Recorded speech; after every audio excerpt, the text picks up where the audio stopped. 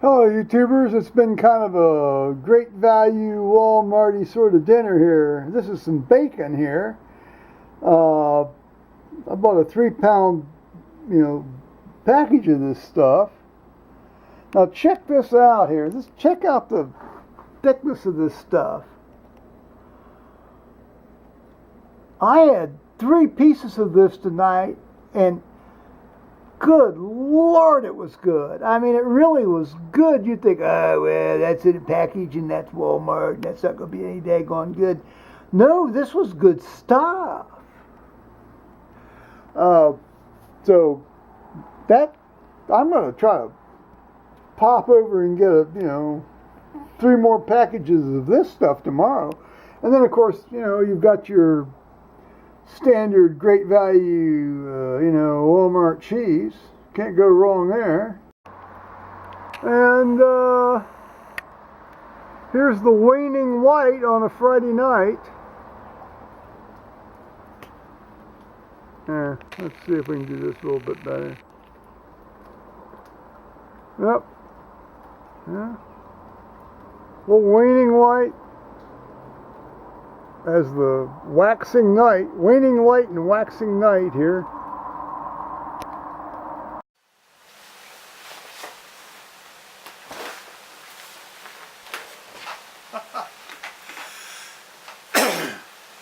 Excuse me.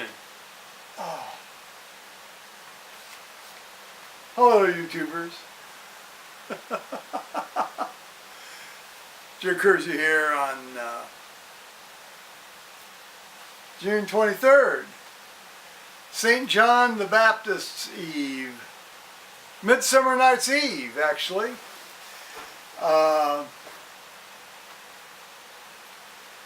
If you want to get down into the Old English terminology of it, Midsummer Night's Dream was supposed to be, take place on Midsummer Night's Eve, and traditionally Midsummer Night was considered, Midsummer's Day was considered June 24th, St. John the Baptist's Day.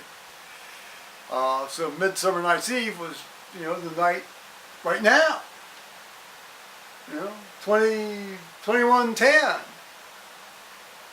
Eastern Time. Yeah. So go out and talk to your trees. Interact with the... Now, I'm not advocating pantheism or any of that kind of stuff. I'm not trying to advocate heresy, but go out and enjoy the creation God's given you here on Midsummer Night's Eve. And read the play too, or watch a performance of it. I have a little Elliot and S. Amber Lager here by Great Lakes Brewing Company.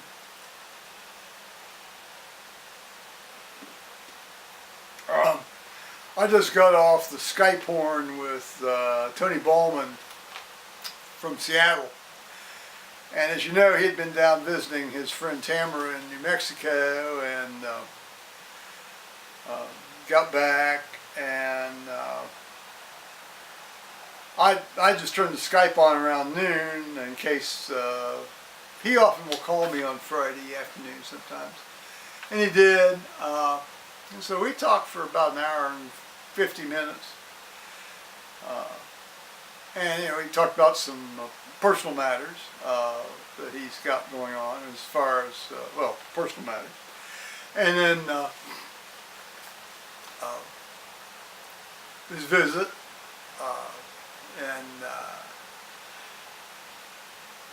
just of course general foolishness, because we tend to get each other. I tend to get very silly when I'm talking to him. I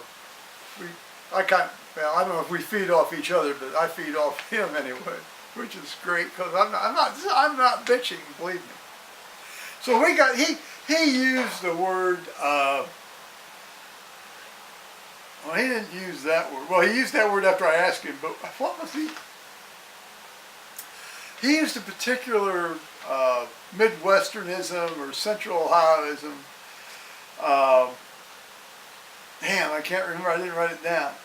But hearing that, I asked him, have you ever used the term briar? And he said, yeah, well, let's have some background. I grew up in Southwest Ohio, which is, not far from Kentucky. And the general term for Kentucky people at that time, we're talking like, mid-50s now, in Southwest Ohio were briar hoppers, and, hence the phrase when somebody said, "Oh, you briar," that could be either said pejoratively, as in like, "You briar," or affectionately as like, "Ah, you briar," like, "Oh, that's so typical, but that's okay,"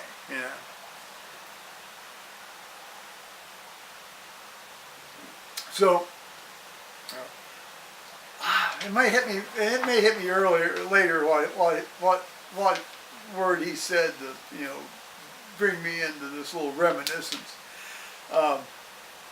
But briars and briar hopper, and then I don't think we had a particular term for people from West Virginia.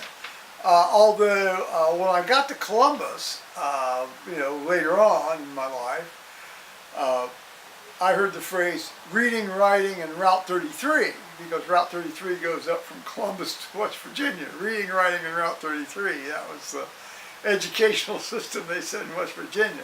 Get on Route 33 and go up north. And still in the late 50s, you had a lot of people going north from Kentucky into Detroit, to work in the car industry before, of course, car industry went to hell in the United States, and Japan and all that stuff took over for a while, anyway, in the 80s. Well, I guess it's come back a bit. Detroit hasn't, but it's moved around. Actually, it's gone back south now. It's gone down south now in some areas.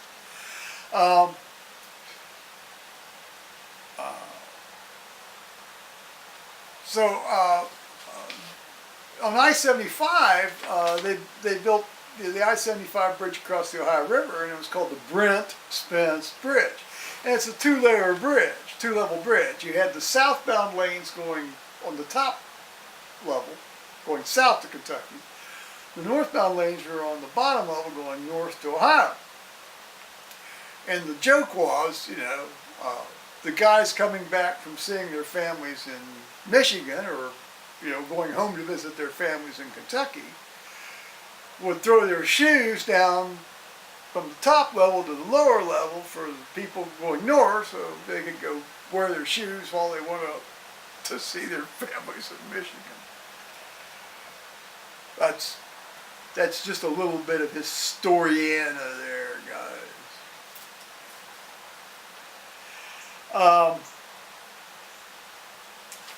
Then we also got talking about the value of an education, because we're talking about, Tony and I were talking about our parents' generation, and the parents' generation, in our parents' generation, people that, if they were to graduated from high school in the late 20s and 1930s.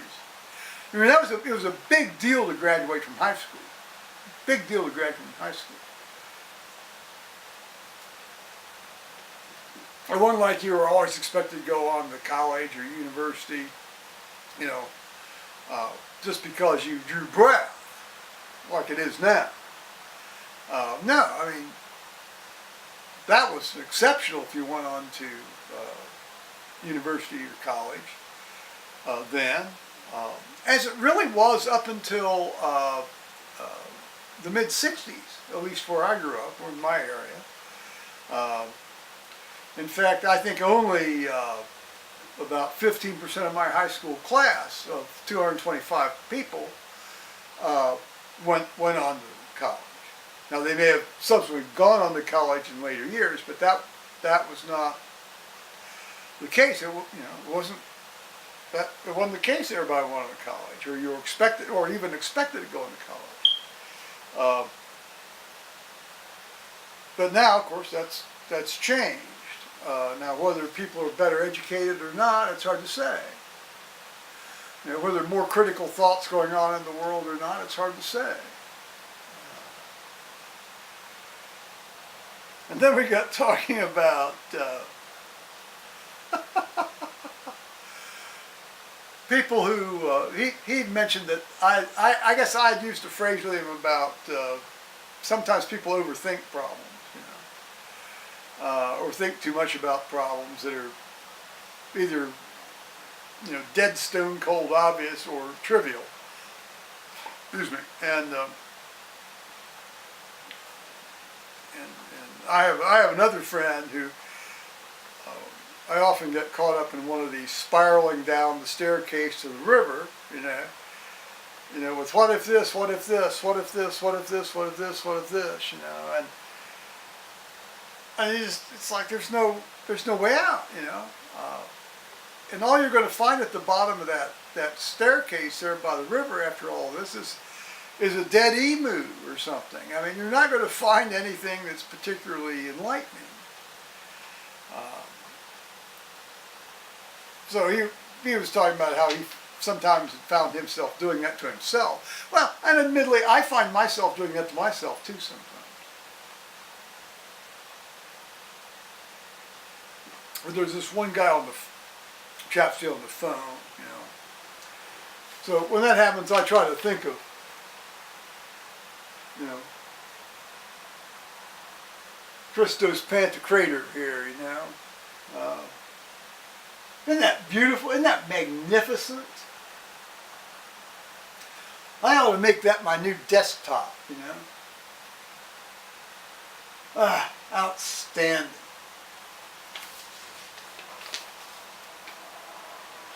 And then we're talking about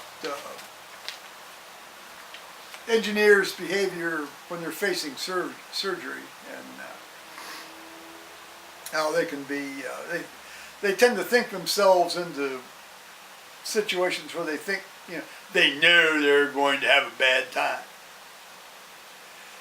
There are certain kinds of, how should we say, and there are certain kinds of individuals, and yes, this is going to sound sexist and awful, but there are a lot of them women, that they're just sure they know more about it, and they know they're going to have a bad experience. And if they come in there and tell you they're going to have a bad experience, they do. The engineers, though, are worse, because they just won't listen to you. They just won't fucking listen to you.